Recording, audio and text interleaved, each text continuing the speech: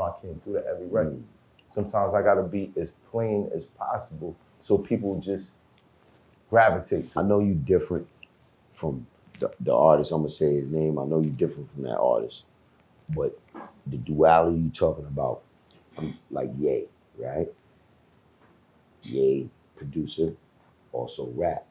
We know that the beats is a certain way, and then what he say, rhyme wise, it's kind of like, you know what I mean? Like you understand him as when he in that zone. But then he got being Jay-Z, producer, did the beats, and then this billionaire persona. And then trying to do the politics thing. And then the that's religion a lot thing. of shit going on. Yeah, that That's too. a lot. That's a lot going on. But it's all part of him. So it's like, yeah, but hold on. But now, you like you were saying A&Rs, so when it comes time to make that album, which one are you gonna be? Or you're gonna be all of them? It starts to get crazy. You can't help but be all of them. What are you gonna be on your new music? I'm curious. I want to know. I'm gonna be me. I'm always successful. Yeah. The answer is successful. I'm gonna be the guy that knows a lot more than the guy that you met years ago. The right A&R on your team, the right people on your team at that time when you were 19 years old, there's more that goes into it than just picking beats. First of all, they have to establish a level of trust with you, whereas a 19-year-old is going to look at you and go, what you tell me to do, I'm going to trust you and do that, right? And that's the start, because otherwise, I'm going to do what I want to do. That's the artist attitude. I'm going to do what I want to do. What the fuck are you talking about? You don't know me. You don't know nothing. I'm going to do what I want to do. All right, okay. I can't work with this kid. I can't work with him. You got to let him do what he's going to, and he's going to fall on his face a bunch of times. You just got to hope that one time when he fall on his face, you don't do too much damage. You don't break his nose into his brain. Maybe he just lose a couple teeth, bust a lip. He'll come back. That's a bad artist. Like me, I didn't do that. I went to Rakim crib 5 times, 5 days in a row before he would even do the record with me. First 2 days, he didn't even talk to me. I didn't say a word. Sat in the corner like this man rolled his blunt for him, his rock. Rolled his blunt for him, passed to him. After maybe the 3rd day, they passed the blunt to me, right? So I already knew how to behave around my elders, man. The stuff you're talking about, I don't really know why artists would do that. You just running into a brick wall, man. You're gonna kill yourself. I'm taking examples from your story. So, so to try to be successful, what I'm saying, and when it came time to like Rakim to do the record, they would say, hey, my A&R kept asking because nobody was allowed to go except me. Dino was like, yo, how much Rod want for the track? I said, I don't know. Every day he asking me, I don't know. He said, yo, well, ask him. I'm not asking Rod how much he want for the track. So he said, man, just ask him. So I never did. Dino had to go ask him. Rod said, yo, talk to Bert. So Bert is Bert Padell, room 112, where the players dwell. That's when he was all everything. He did count for everybody. Right. So Bert said 8, right? Came back, said he went 8. I went to Eloise, Brian at Universal, told Eloise to cut Rod check for 13. You know what I'm saying? That's on my heartbeat. Why? Because I really did like love Rod as a lyricist. If he wanted 8's to take care of some shit to get straight. The 13, so do what you want to do. Right. That was I had a budget. It's my gratitude. That was my way of, you know what I'm saying? And I did that with all G-Rap, all of the niggas I loved. I really like came out the pocket and did with it, especially when I had a budget. I was reckless with the budget because that was my way of showing that, yo, it's no lip service. I really look up to you without having to say that more than once or twice. Right. So being successful part, I get it. It's just that line of the duality what you're talking about where you want to, that's why I was saying to you, like, I really do want to be a part of something where, not like the KRS One try to build the nation of hip hop or the temple of hip hop and it never get built. Something that, like, this is a landmark. Y'all should know that this is a landmark. And you do gotta like have a timeout, like the Ivory people, have a timeout zone or a safe space for our folks because they get jammed up, man, where it's like, yo, they gotta flex with the rhymes, but yo, it's bigger than that, man. Yeah. It's not about no rhymes. You probably one of the only ones that made it through the battle circuit to this. Name another one. It ain't happened. Nems is different. I look at Nems as got on because what he did and what have you, his struggle. Mm-hmm. But remember that whole, the Everlast, the Vinny Paz, the Ill Bill, they kind of get like a pass to, you know, go, they can go overseas and get with a DJ Scribble and go do a tour for years and come back with bread. And they didn't have to jump rope the way that we did. Right. So it's necessary to create that kind of safe space. Right. Because we don't really have a fallback or a safety net. And a lot of people, all niggas do got is rap. You know what I mean? I'm a captain. You know what I mean? I can captain my yacht and pull up to that shit. I'm telling you, that's the reality. Right. I could literally pull up. Niggas gonna be with their phones like, yo, who's that? That's Canibus? And I can pull up and play second round. Just ignorant shit, right? I'm not gonna do that, but I can do it though. Right. But I would have done it without anybody help. See, that's the difference between, like what I went through, God was really on my back. I'm learning lessons and things that I had to go through. Right. But I'm trying to give back too. It's just difficult for me to give back without the cosign. Because then it looks like, oh, you just trying to sell records or you just trying to, I don't know, clean it up. Or so the cosign is important. I don't feel like you need a cosign. I feel like it's more of, you just need an area of no conflict. You dig what I'm saying? And in the same way that you looked at the Life After Death cover, and you was like, yo, I don't know if you're gonna make it. Listening to your rhymes, you had to know, I don't know if people are gonna like really fuck with me because I'm basically shitting on everybody on a record. You dig what I'm saying? I'm putting off this persona like, I'm better than you. The reason I said the rhyme, the greatest rapper of all time, died on March 9th, I didn't say it because I was trying to capture a moment. That shit, I would have been crazy to say it for that reason. I appreciate you for that line, by the way. I said it because I was in Tim Dog Patterson's office when he called Puff on the jack, on the StarTech Razor Joint, and Puff answered the phone. He was on a speedboat and hypnotized. It was on a speedboat. I heard the helicopter. He said, yo, baby, I can't hear you. Talk up. It was on a speedboat. And he was like, yo, man, wait till you see it. Puff was psyched, man. He was happy. He was like, yo, man, yesterday I was driving back, was in the drop E, nigga, wait till you see it. I was doing 80 miles an hour. He was hyped, right? And he said, yo, I'm gonna send you the footage. So I said, and this is on my heartbeat. Pardon me, I farted. I said,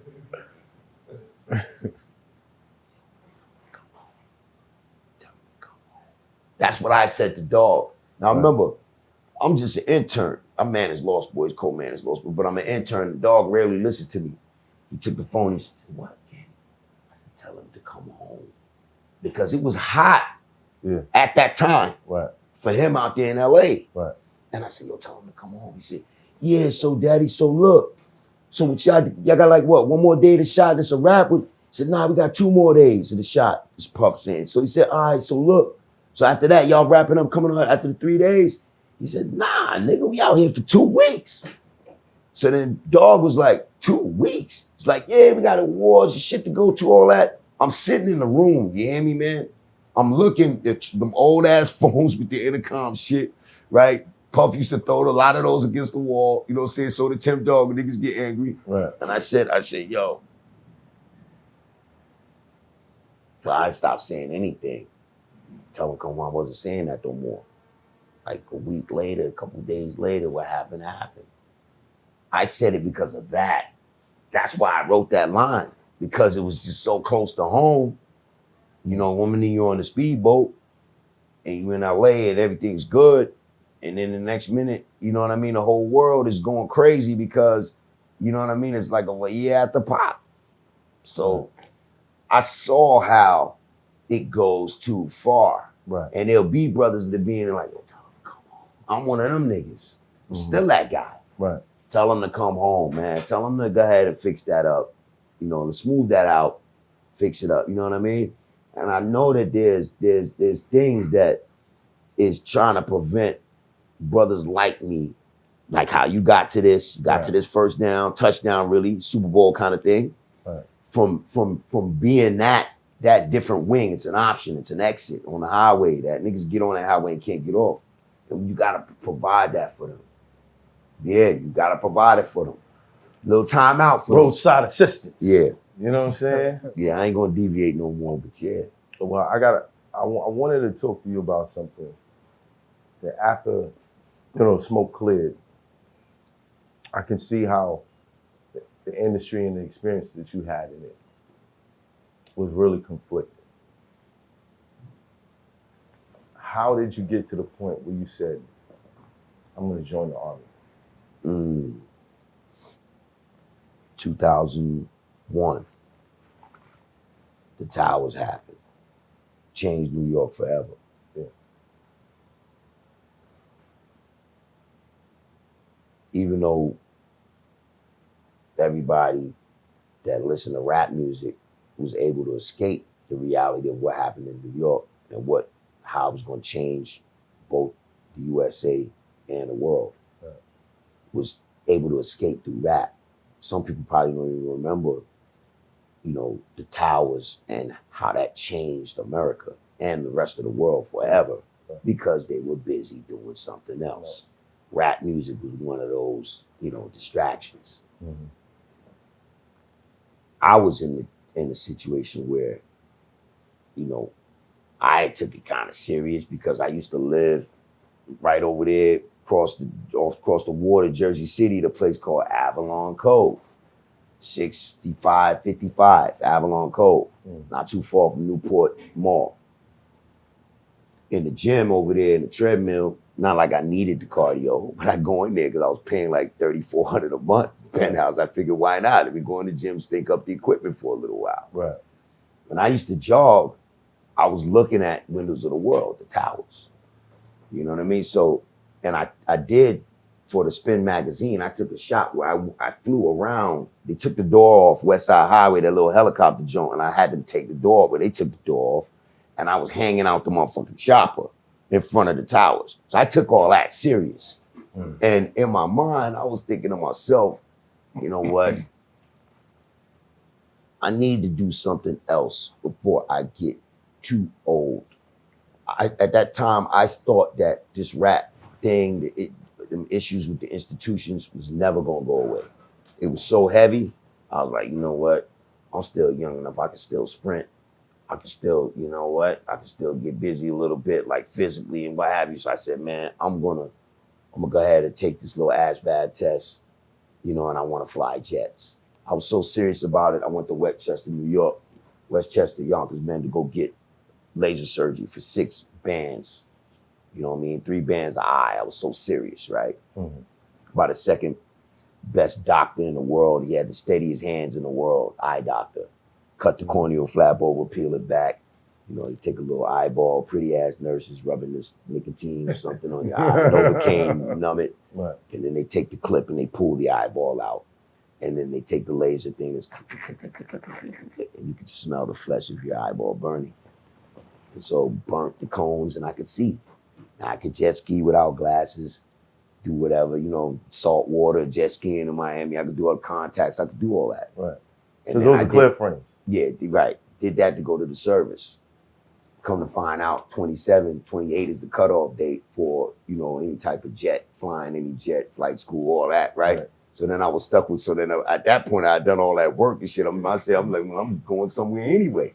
Right? I would have went to Ukraine back then. Right. Like, you know what I'm saying? I was trying to get away and go do something else to define myself, to myself, right? And so I followed all the way through with it. I was a striker driver, you know what I mean? Troop transport, we used to carry Marines. We used to, a big Ram drop. Striker is a 8-wheel vehicle, 40 tons. It's got 8 wheels, 4 on either side, rabbit mode, turtle mode.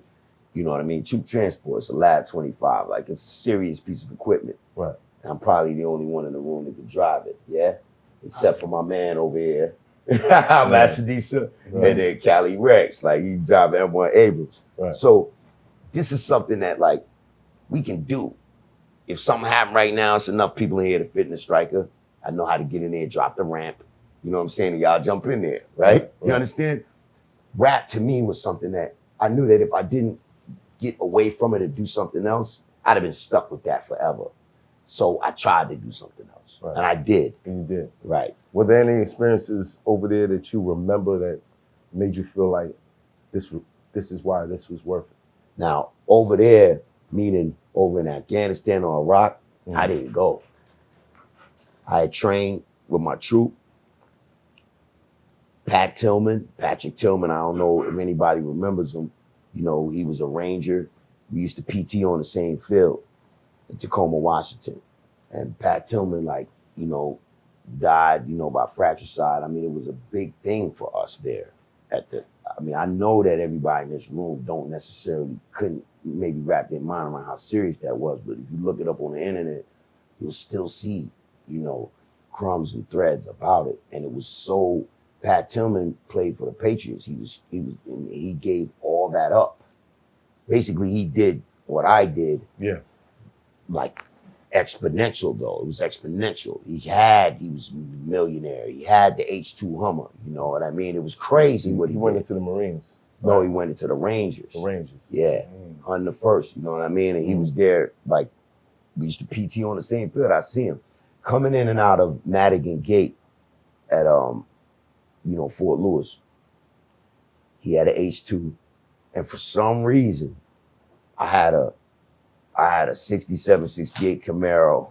It was yellow with black racing stripes. It was like Bumblebee, you know what I'm saying? Yeah. And I got that. I got that because, you know, when you're speeding and you're in a foreign, you know, these Ivory boys not letting you go. Yeah. When you got an American muscle say, hey, son, you know how fast you was going, son? Officer, I apologize. I just got it out the shop. What you got under the hood? You know what I mean? Because it's American. Right. I'm giving that away, you know, because it's true. Yeah. You know, you slow down there, son, all right? Yes, sir, officer. You know what I mean? Right. Get my ID and stuff. So every single time going in and out of Madigan Gate, Tillman would see me and wave at me because everybody wanted to know what was under the hood. It was a LT-198 vet engine in a 67, 68 Camaro. I used to spank the Subarus, all that. It was a 7-speed Richmond transmission, 5-point roll cage, 5-point seatbelt harness, stainless steel fuel cell, no AC, just heat. You know what I mean? The car was retarded, man. Shout out to David Curtis for that. You know what I mean? Shout out to Bumblebee. Yeah, Bumblebee. So, I was a good soldier, man. I was the nastiest striker driver, like out. Sergeant Major always wanted to ride with me. We called Sergeant Major when I got to the troop and I seen his picture on the wall, because when you get to your barracks, got the president's picture, vice president, you know what I'm saying, Secretary of Defense. You know, you have all, right? Yeah. And Sergeant Major's picture was up there. And, he looked like 50, man. He looked like 50 Cent. He looked like 50. Right. He looked like Curtis Jackson. And I remember saying, he looked like 50. And from that, all the brothers would be like, yo, 50 coming? You know what I mean? So it's like the army is a complicated thing to different generations. The armed services is complicated for different generations. But my time in the army, in spite of the fallen and what happened to America and the world, like how things turned out, in spite of that, I had a good time. There was a lot of great relationships. Shout out to DJ Porter Rock, you know what I'm saying, Pablo Cruz. When I showed up to my barracks, he was playing Wu-Tang, man. I was kind of nervous even showing up there. And when I heard, hey, you know, Wyclef, you don't know me. And then I heard the rest of you know what I'm saying? Yo, I'm on atomically, Socrates from Love the Bees, yo, you know what I mean? Protect your neck. I heard that coming out the barracks window. It totally broke that. It's like what you said. Yeah. You know? Yeah. But the Tillman thing, I ain't gonna front, man, no chasing, man. When that happened to Tillman, what exactly happened? He was KIA or fratricide, you know what I mean? Like he was killed. Fratricide means killed by somebody on the team. Friendly fire. Friendly fire. Yeah. And you know, I remember one time when we were coming back from a jog, you know, 1K jog, we coming back, and there was a gate out the barracks where they used to PT in the pool. And he was going down, they were all going down, but it was Tillman's turn, and he went down into the pool. And there were scubas in the pool. maybe about 3 scubas already in the pool. And so, you know, he went down there. He was down there about 1.5 minutes, right? Maybe 2 minutes. Then he started coming up because this is their drill. So we stand by the gate looking. So then he's coming up. When he comes up, or trying to come up, they grab him and he can't come up. And so he thinks they're playing and stuff, you know, it feels like somebody's playing, you know, so he like stop playing, a little bit of wiggling. You see it get more intense, he's running out of air. Then you just see him start throwing scubas out the pool. This is from underwater, you know what I mean? Scuba divers get thrown out of the pool. So then 2 more scubas jump in, and then they trying to hold, and another 2 scubas jump in. It took about 6 scubas to hold him down and take him to the bottom. It took him to the bottom, all bubbles. Then they pulled him right back up and then brought him back, right? When he got up, he started body slamming him, right? Spit out the water, he got up, he started body slamming stuff, and then Colonel walks over and like, you know, bow, right to the chest. You a fucking ranger or what, Tillman? Yes, sir. He said, then act like one, right? And when he moved his hand, he had his ranger tabs. So, you know, I saw that on my own too. He said, now you know what it feels like to drown. Brothers will bring you back if they can. That kind of movie shit. You know what I'm saying? Like, I just looked at that and I'm saying, that's at that moment I was saying, I was like, what the fuck am I doing here, really, though?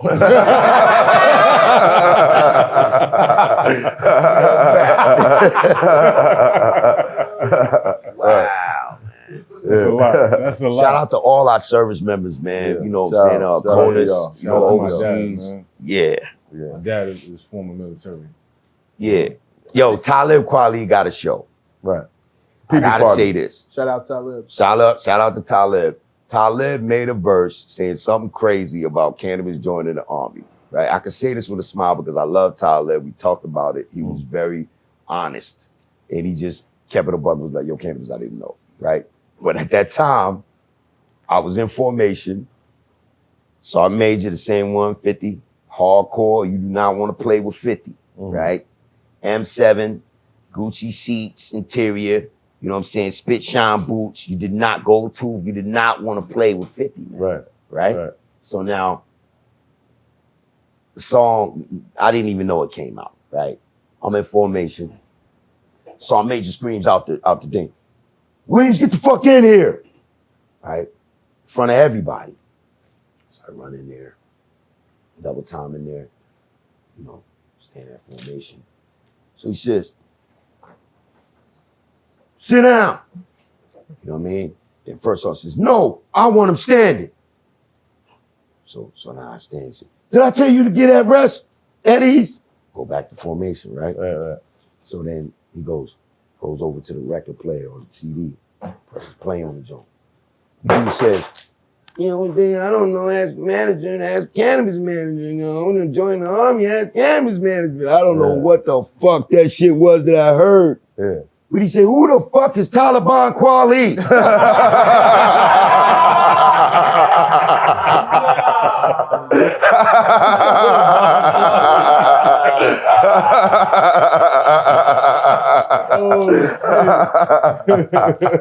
Does that sound like I made that up? No. Nah, not at all. I hope so. At that moment, I realized that I abandoned hip hop, but not for the wrong reasons. But that's how we felt. But when he said that, I also realized that even then, I just needed a hug, and he was talking about something that we all got somebody in the service. That either is related to us, that lives in the home with us, or, you know, that we, you know, children we sent off, right?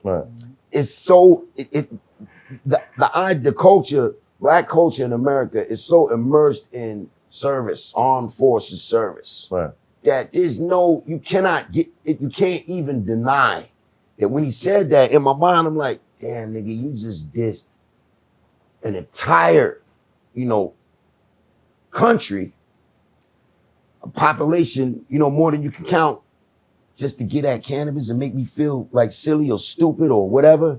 And you cost me a whole lot of issues standing in there with Sergeant Major. What was the issue? Who the fuck is Taliban Kweli? What would you say? would you say? I love you. I want. That's why you're a pro. So what would you he's say? a rapper. You couldn't really do that with Also Major, but tell me, like I feel like he's a rapper. He's a rapper. And wrong answer. I looked at him with the most puppy dog eyes ever, man. So Major, I don't know what that is. I've been here training with y'all for a year and a half.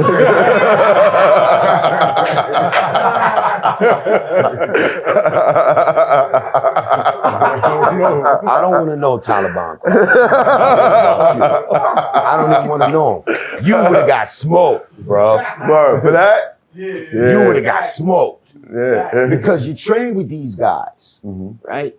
And then if that narrative slips into just the wrong, aloof mind, man, they think that I'm there to, like, you know, go create mutiny or go left, or I'm not really there for the reasons I'm there for, which is to, like, yo, I want to add on to what, you know, the hearts and minds. That's what we were trained. Right.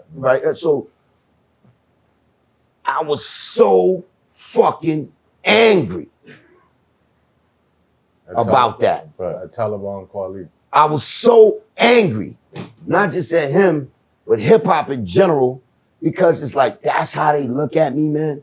That's what they would do for no fucking reason. Right. It's like, was the line, you know, I never had nobody come to me and say the line was hot. I love Talib now. We talking now, but at the time, it's like, what did you get for that? At least Young Z. I love Young Z. Let's give it up for Young Z.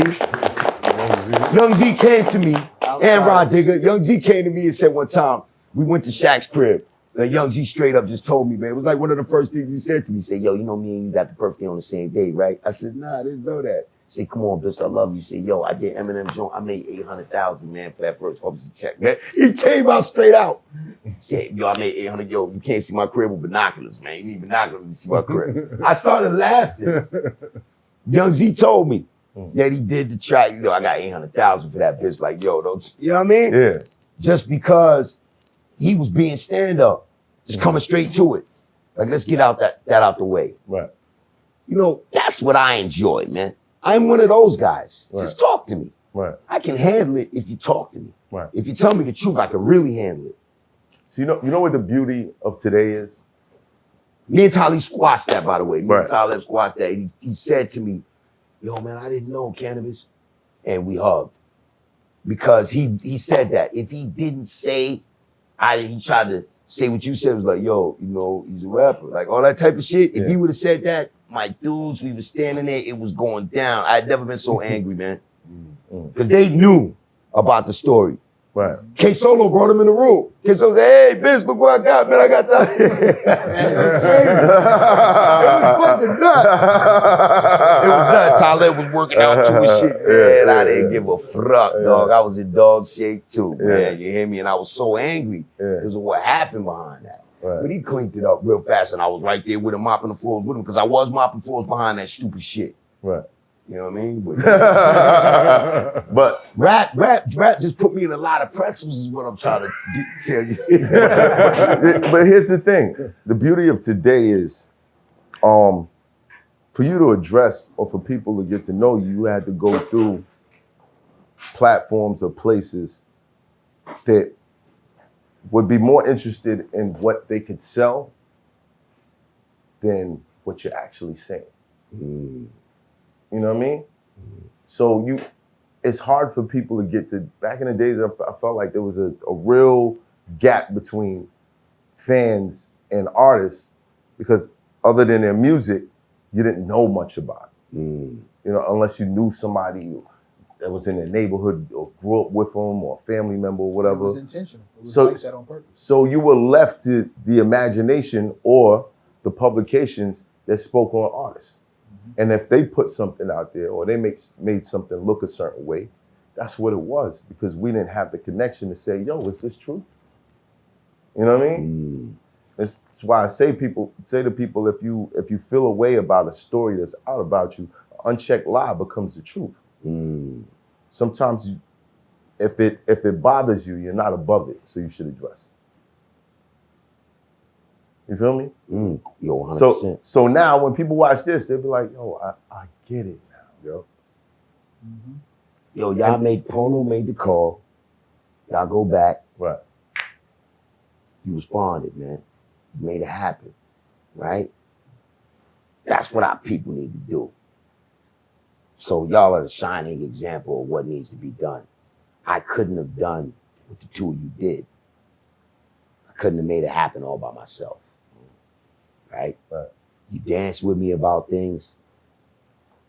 You didn't put me in no thin ice by myself. Right. You made sure that you were conscious of knowing, like, yo, I did fuck with you, bitch. I listened to your shit, nigga. Like, yo, you inspired me to do whoop, whoop, whoop. Yeah. Not even knowing that I was inspiring. All I was doing was presenting my resume to the hip hop world at large, you know, both in America, overseas. I'm Jamaican. I should be doing reggae music, rap, dance, but I just loved it. Rap. Right. I loved it what rap was doing, how the slang, how we was able to do things. I chose rap. Yeah. But I'm Jamaican. Like Cali Rex do reggae rocker, but he switched it over to we could dance, right? But rap, man. And I was like a part of all of this, what rap turned into. Yeah. And to see y'all doing what y'all do, like I wasn't ready for the battle with Disaster. Yeah. You know, aside from the fact that my shoulder was ripped out the socket, right. You know, but at the same time, I wouldn't have been ready anyway. I could have been able to dance a little bit better, right. But I wouldn't have done mentally much better because y'all, that needed training, coach. What y'all do, like you say, yo, this is rap. That's why I tell diet. I tell any artist that's gonna get into that, yo, sit with a battle rapper for like a week, 2 weeks. Let's start the school, man. That's what your career needed early on too. Yeah. That's what I keep hearing.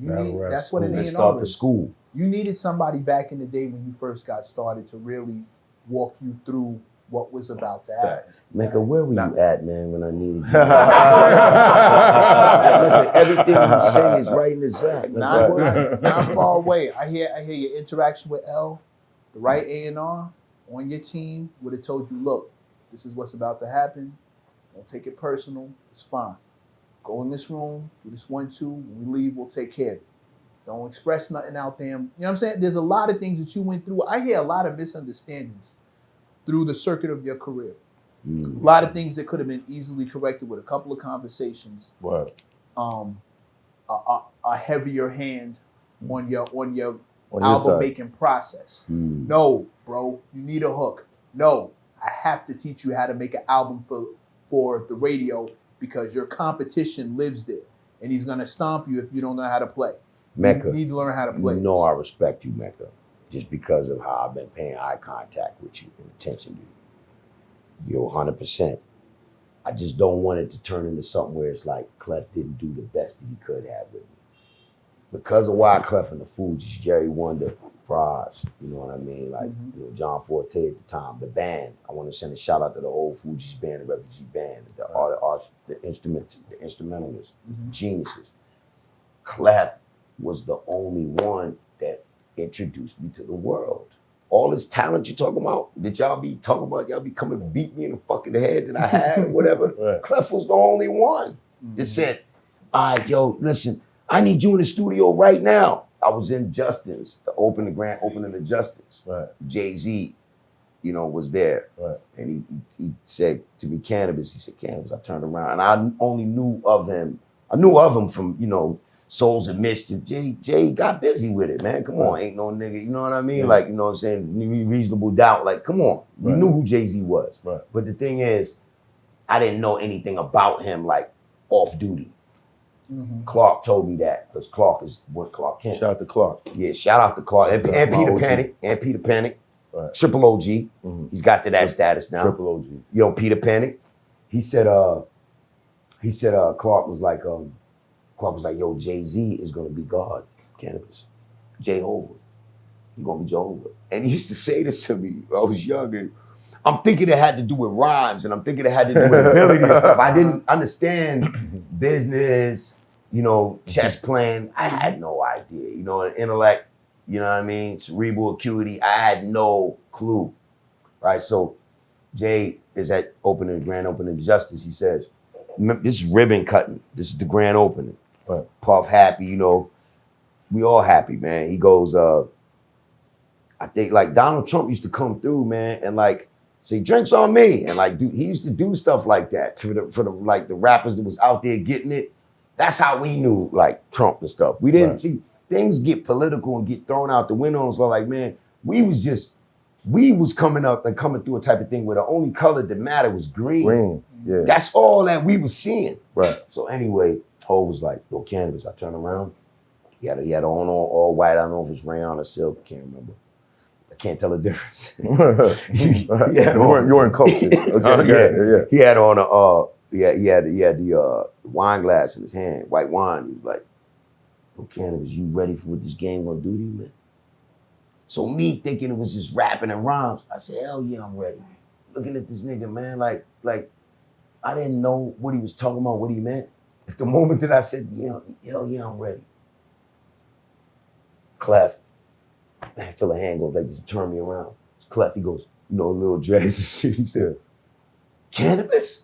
He said, yo, where you been, man? I've been looking for you, man. Listen, man, I need you in the studio right now, man. I got this going to November record. I need you in the studio right now. So me knowing that, this is Clef from the Fugees, like I had bought Blondin on reality, but the Fugees went somewhere else. And let me tell you, they was like the Beatles, man. Right. Overseas, man. People can say whatever they want. Right. When I was able to go from like D&D, right? Universal put me in some good studios, but Sony started taking care of everything. And I started going to the Hit Factory, Chung King, it was Unique Quality, better than Unique Quality, Hit Factory, Sony. Yeah. The big rooms. Chung King, right, the big houses. Getting on presidential class, you know what I'm saying, Virgin, you know what I'm saying, all that stuff. I think I might have done the Concorde, I can't remember, all right? When I started doing stuff like that, he introduced me to the world. Gone to November, like video single, made it a single, let me rap, put the chain around my neck with the fucking stones in it. You know what I'm trying to say? Like people say what they want and there was no funny business going on. Right.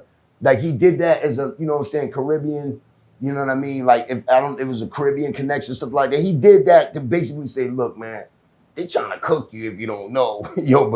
But look, he didn't say that to me, but it's like he felt that in his heart, like, yo, they gonna cook you, man. Let me take your ass overseas, man, and show you some stuff and calm you down. Right. And his process of calming me down was records like Let's Ride and What's Going On. And you know what I mean? The problem was I didn't have somebody like you that could have been like, all right, listen, y'all want 5 second-round knockouts with just different people? Yeah. Put that on the album.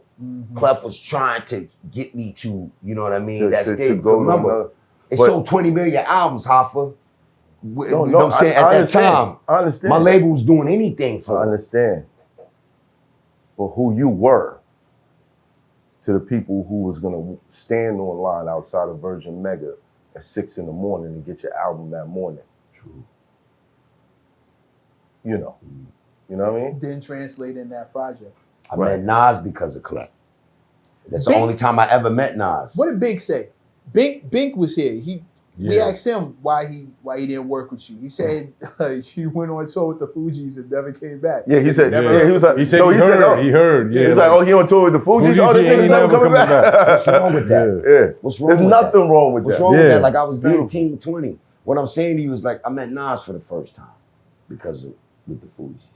And Nas told me that when he heard the DMX, you know what I'm saying, Nori Candy up at Flex, he pulled over the car on the turnpike and listened to the joint and was like, yo, what you drinking, Canibus? I said, Grand Marnier, right? Because that's what, you know what I'm saying, that's what I had started with. And I left that alone. But it's nasty. he said, yeah, right? Yeah. But he said,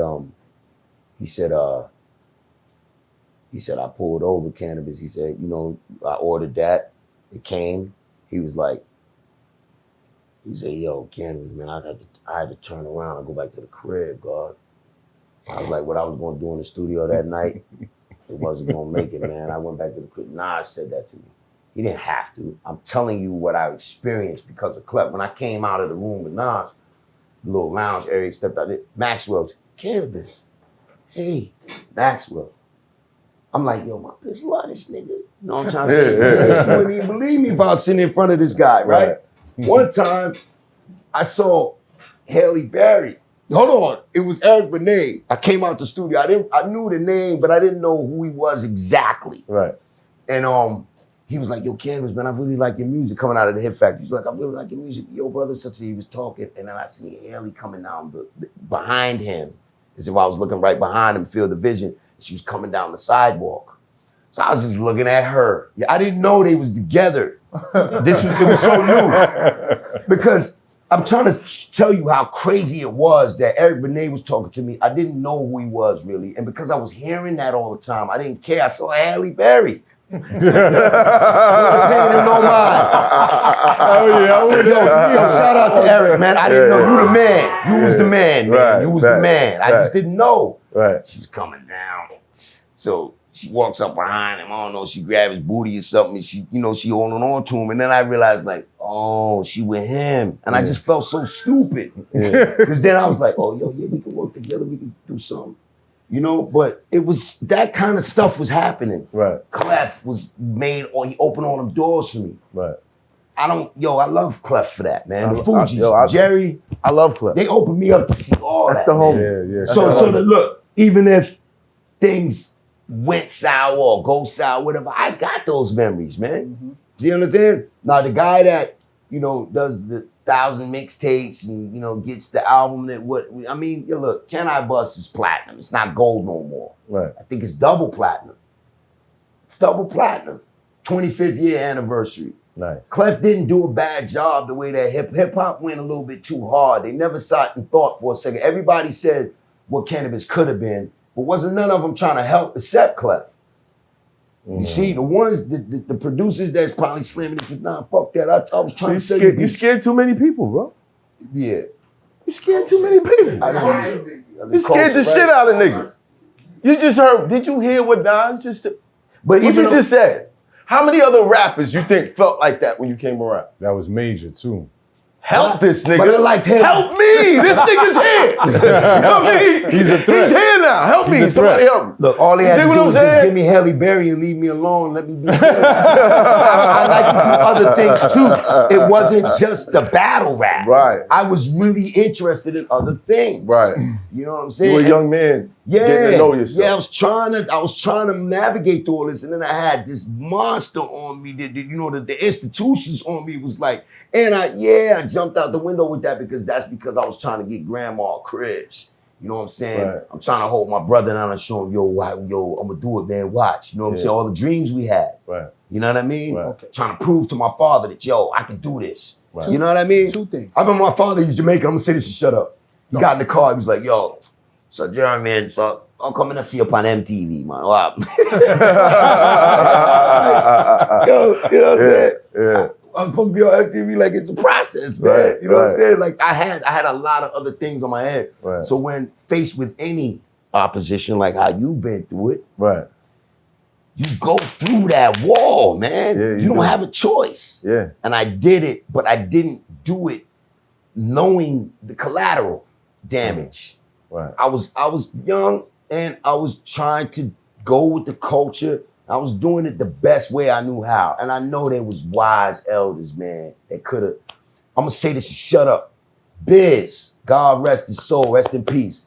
Rest We in did a peace, show, K Solo, Sean P was there. You know what I'm saying? Eventually, like, with your help, whatever podcast, how it was, I can give you the footage. We had the footage, we was all in the session, the green room together. Biz tells me the story about, he's talking because we held him down.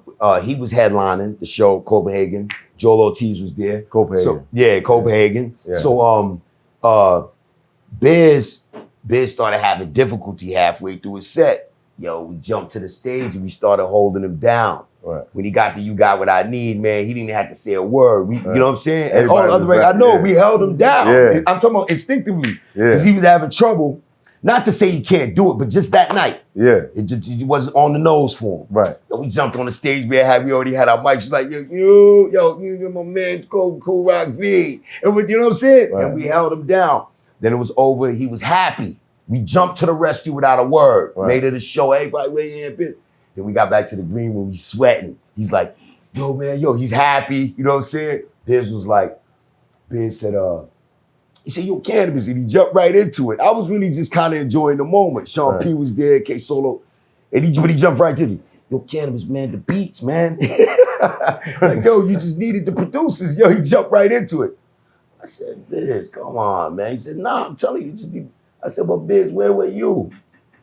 Because I got Biz a check for the take this job and shove it, Joan. Right. The check was like a heavy check, Right. 50 bands. That's not sneaker money. Right. You know what I'm saying? I got Biz that check. Right. You know what I'm saying? And it's like, where were you when all that was going on? Where were you? Right. I didn't go that way with it. That was in the mind. I did ask him once, like, but Biz, like, where were you when I needed the beats? What you talking about? Right. Biz looked at me and said, yo, Biz, he understood what I said. Biz was always fair. He looked at me, he blinked like this. He said, yo, Canibus. And he started explaining something to me about, you know what I'm saying, like with him and Kane, and he wrote some joint and he had to come out with it, but then he had to wait. It's something with him and Kane. It was something that y'all would love to know. Right. But Biz he went through a similar situation and told me how he had to push through it. And everybody was like this. And it was something serious, not serious come to blows serious, but it was something that, damn, I didn't know Biz. Kane wrote that for Biz, or I'm not gonna say Biz wrote for Kane because Kane didn't need nobody help, right? But it was something with a beat or a track and a hook. And Biz had something he was telling him. Right. And it was like, if he would have listened to Biz, he would have been able to do that. Because remember, Biz was doing, when we was in Copenhagen doing it, I don't know, Biz was doing it. Right. When last time I saw Biz had like the Tesla joint, looked good. He looked great. Right. I was happy for him. Right. I got out the car, got out the PANNEL joint. He was Biz over there by the Tesla. He said, yo, Canibus sucks. I turned around, Biz. Yo, Biz was funny, man. I love Biz. Yeah. I miss him. Rest in peace, man. I just want to say, like, for a lot of the message I'm getting from your journey is, and this is the message for like young artists, right, that's coming in the game, is that number one is to not be afraid to embrace your talent, right? That's number one. Embrace your talent and propel that shit to the furthest extent. Past the pinnacle, 100%. right? And don't ever inhibit yourself from what you can really do.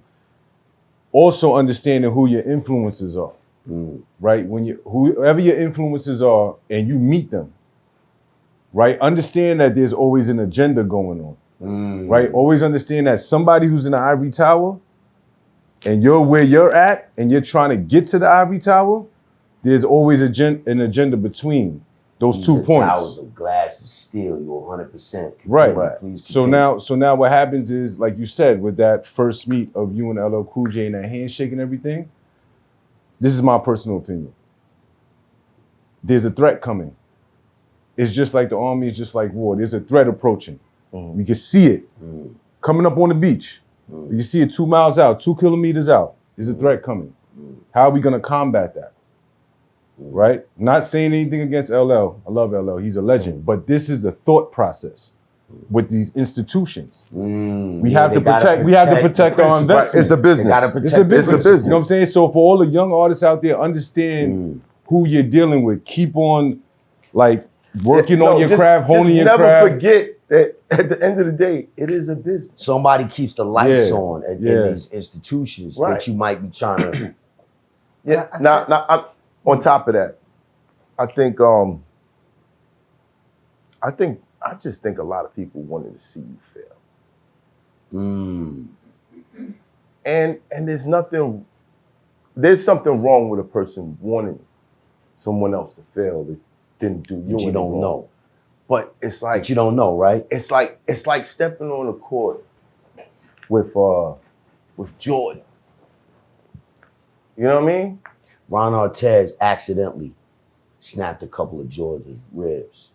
Did you know that happened? No. It happened. Did you know? No, I know that. The ball players know. Right. He accidentally snapped a couple of his ribs on a scrimmage, right? And everybody was was mad because I did like an album with Ron. Ron's Meta World Peace. Right. Meta World Peace. Right? Shout out to Meta World Peace. Peace. Shout out to Jordan. Right. It was an accident. He got excited and he snapped a couple of his ribs. Meta World Peace was like Dennis Rodman. He was solid. Like one of them freight train type guys where he don't really know his strength all the time. Right. Accidentally injured him, snapped a couple ribs. The hate that came his way after that, it was just like me with second round knockout. And y'all didn't even know that. But that's what happened. So I don't know everything about Meta World Peace and his stats or whatever. Like my brother knows the game crazy. He can tell you all the stats, everybody's stats. But I can tell you this. After that, play the tape, Meta World Peace world kind of changed. Whenever y'all saw his stuff changing a little bit, because he was still that guy, it was after that little scrimmage, that accident. Right. That's what happened, man. Well, sometimes you just... And he can't say that because, you know, I feel you. But he got there's how you see yourself, and then there's how people see you. And as much as everybody wants to be real, you have to pay attention to how other people see you. Because then you'll understand motives and the way certain people move. You'll get it. You know what I mean? Like I used to wonder why the fuck every time I go out and I meet niggas, they want to tell me all their war stories. Why these niggas, you know what I'm saying? You was over here, you know what I mean? You know, I had to come out with the thing. And I ain't gonna lie, my nigga, I laid a couple niggas down, but you know what it. And I started to realize, oh, these niggas see me as that. So they wanna impress me with perception of you. You know what I mean? That's why they keep talk to me about Halle Berry, man. Don't talk to me about no rap. Talk to me about that kind of stuff, man, because the rap stuff, I've done enough of it, been around enough of it. I really could just add on to somebody with rap, dealing with rap. That's all I could do. Right. I never got to the situation where I had like a Wyclef power or mogul power where I could like sign an artist and put them on. You know, I helped a lot of artists get on, feature on records. My new record, man, I got Max and Nisa, you know, Cali's already established, but you know, Marco Polo, like we doing things to where you will, I know we're gonna do joints together, but you know, got a joint with Nems. Like I'm doing things that are working with artists. It's not my stuff, it's just I'm doing that all the time. But when the niggas see me, just don't talk to me about that. Like that's all I care about, because you got to be crazy, man. Like I'm a captain. I'm not talking to you. I'm really talking to them. I'm a captain. You know what I mean? You know what I mean? I captain a 50-foot yacht. You know what I'm saying? I have certifications for, you know what I'm saying, heat and ventilation and AC. You know what I'm saying? I can drive Strikers, Lab 25s. You know what I mean? I get busy with 5 tons as well. You know what I mean? Like I'm like 2 weeks to get my CDL. Like there's so many things I can do. Would you want somebody to run up on you while you're out at dinner and talk about that? No, now though. This is now. I'd rather somebody talk to me as a human that has skill sets that's trying to be human. You know, talk to me as a human that's trying to be human. Bro, I'm sorry. You signed up for the wrong shit. Yeah. No one went through Bruce Lee's hedges to talk to him about bonsai trees. Bruce Lee's gone. But this is what I'm saying. This was your metaphor from earlier on. People used to go into Bruce Lee's house and challenge. Nobody's going into your house to talk to you about my man Hands. You know, shout out to Coney Island. Went out of state, attempted living a normal life. From the stuff that we did in battle rap, I would tell him all the time, like, yo, you trying to be Douglas? Nigga, 1 million people know you as Brooklyn Hands. You trying to be Douglas? Okay, all right. It is what it is, bro. You accept that. Yeah. It comes with it. You're the one that's gonna start this school and give them that timeout safe space, man. Somebody's got to do it. You're most equipped to do it. Start the school. Give these people that intermediary, you know, that intermediary, they call it like it's intermediary. You give them that place to be, to learn these things. But you telling me, man, look, I'm already kind of like past the gamut. Like I told you, man, look, moon cruise outside, like Rakim loves the moon cruises. Right. Moon cruise outside. Right. You know what I'm saying? I don't got my keys on me now. You know, S Coupe in the airport garage when I go back. Right. 50-foot yacht in the marina. Right. I'm the captain. You understand what I'm trying to say? Like, I'm already past all that to where I'm doing it for a reason that's superficial. I'm not doing it to try to get on. No. Sometimes a lot of people think because of what happened to me in my career that, yo, man, I missed out on something. I had it all. Not what the mega moguls got, but who else has had what the mega moguls got except the mega moguls? Right. Double OG situations over here. We're trying to get the triple OG, the school. School will get us there. School will get us there. That school, you build the school, that'll get us there. Talk about it. What? All right. I guess I'm opening the school, y'all. Professor Hoffa. What can we expect in the future? Mickey Fax started a school. Yeah. Shout out to Mickey Fax. Shout out. And Mickey did a joint where he had a course. He had the course, it was hip-hop course. Your name came up in the course. He also got one assignment that he gave out and asked a question about, you know, the Funk Master Flex with X and Canibus and Nori. And he just asked about X and Canibus. He said, yo, okay, I need y'all to describe the difference between imagination and realist imagination. And then they went to it and he showed me footage of it and I couldn't believe my eyes, man. People, you know what I mean, really go to this course, they take it 100% serious. It was like, yo, man, Canibus talking about shit that ain't even real. You know what I'm saying? This nigga talking about he hit you, make your shoulders touch. That shit ain't real, man. DMX, yo, was coming with that. Yo, what the want you? No, get him. 10 niggas on him. Oh God, with him. Like, yo, and then the other guy's like, yo, man, Canibus' rhymes is just so ill, man. That all he can do is make up stuff to try to tell you how ill he is. It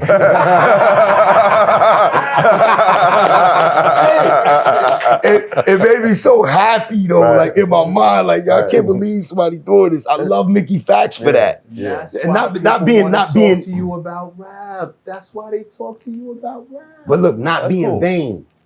I only was trying to put my resume and say, can I rap with y'all? That's all it ever was. I just wanted to get off the benches and play with the dudes that I liked. Redman. And you know what he did? He let me rap my 50 bars. Now, the fans will never forgive me if I don't ask you about that cipher. Which one? X. Wow. Big Pun, Mike Geronimo. At the table. Wow. And Jimmy's Bronx Cafe. Wow. Yeah. What do you want to know?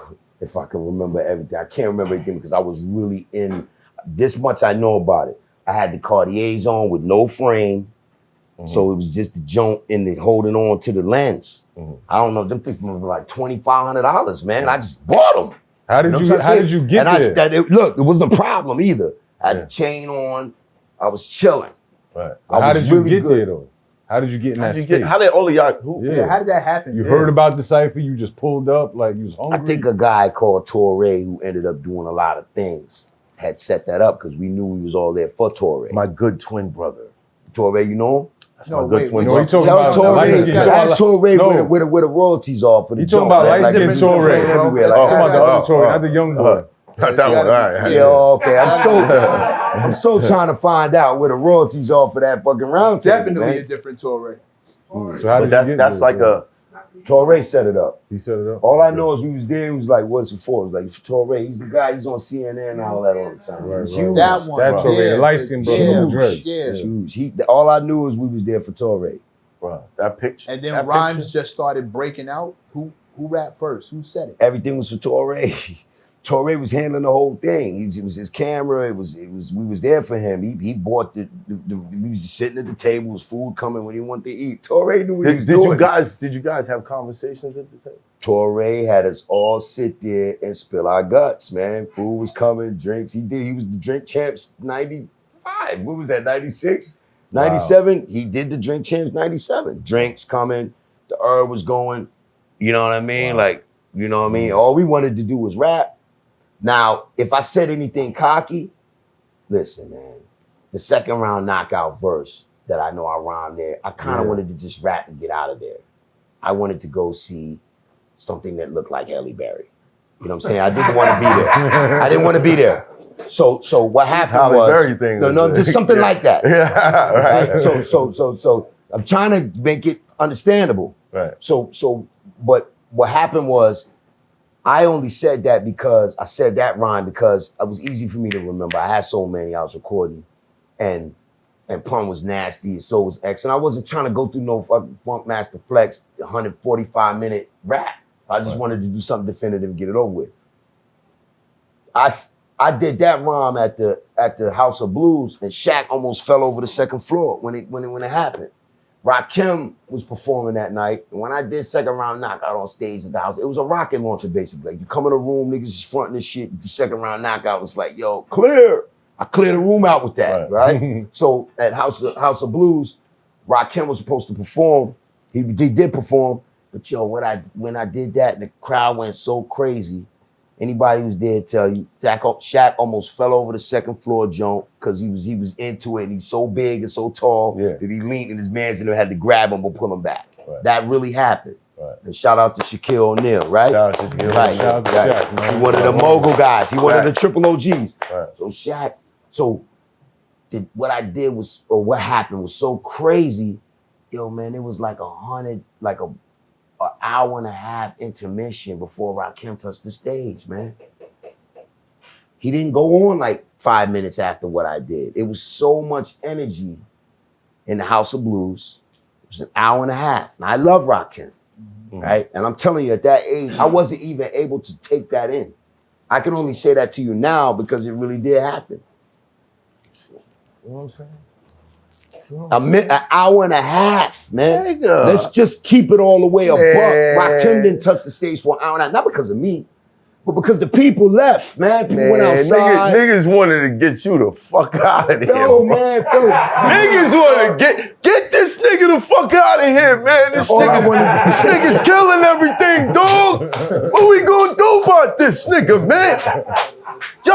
Yo, we need somebody to just get this nigga out of here. Y'all remember you saying on the radio, nah, don't go nowhere, dog. Come back over here.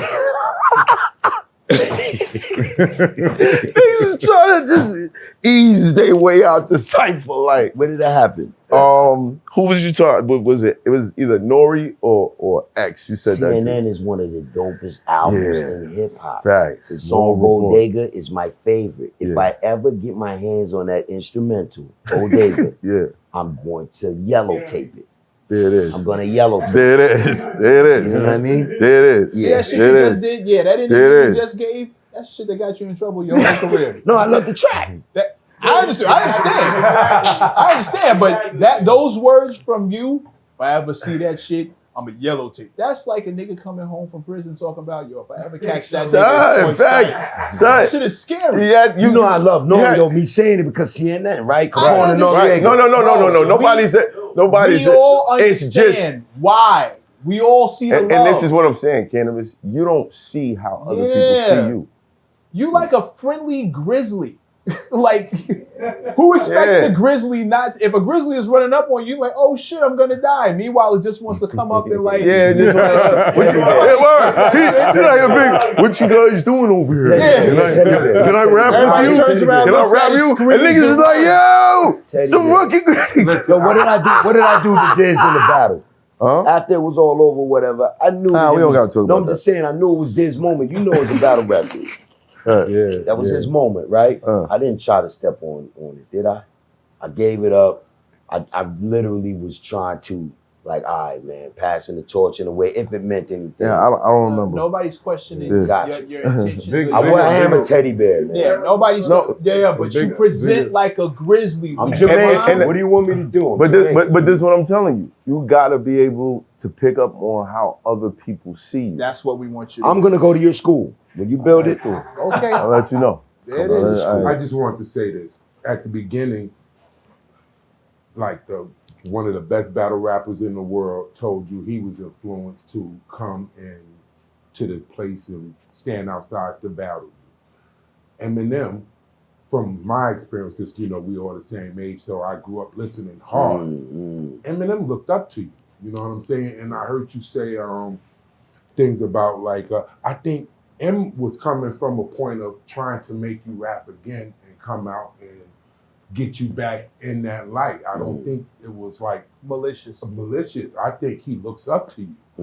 And LL Cool J saw you coming. So LL is, people will argue it, but the best rapper, the best rapper that's ever been. Eminem is arguably another best rapper that has ever been. He, one of the best battle rappers that have ever been. And all three of these people, like the greatest rappers, saw you as something that they Needed to be Bro, aware I was taking shots at you for years. that alone years. speaks of your greatness and who It- Canibus is. It was just for the acknowledgement. Like, yo, I'm a warrior.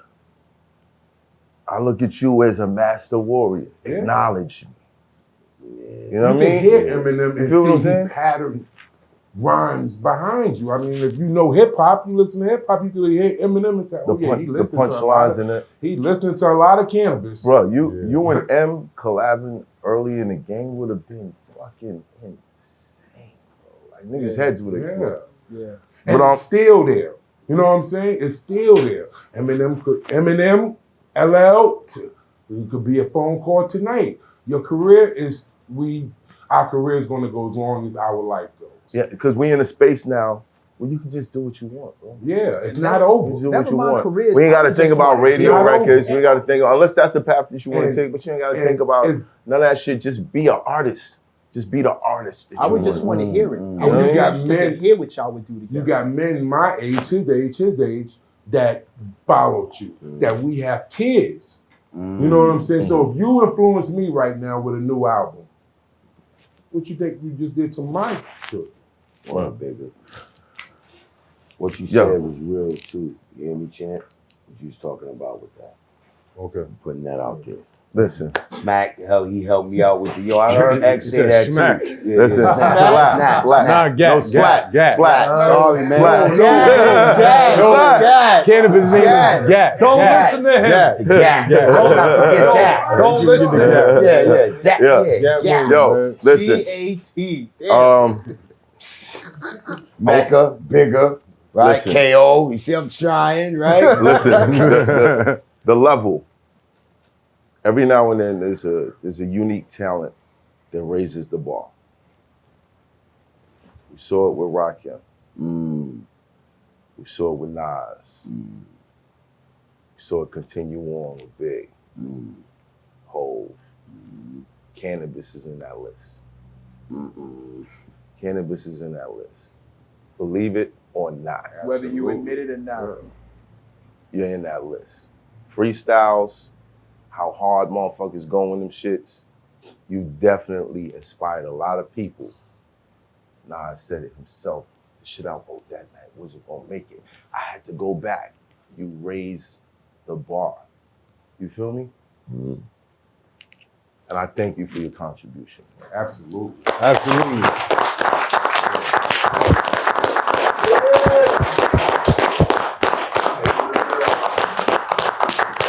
Love. Canibus in the building, y'all. Yeah. We out. It's Hoffa, trapper turn smack rapper. Only smack rapper that you know is smack rappers. Got bars, I can hang with the backpackers. Trap star, I don't hang with the backpackers. I'm in the hood with the work you heard. Making fiends leave earth you heard. Got your baby mama thirst you heard. Feel the flow, nigga, throw it in reverse. This the wave you need to see.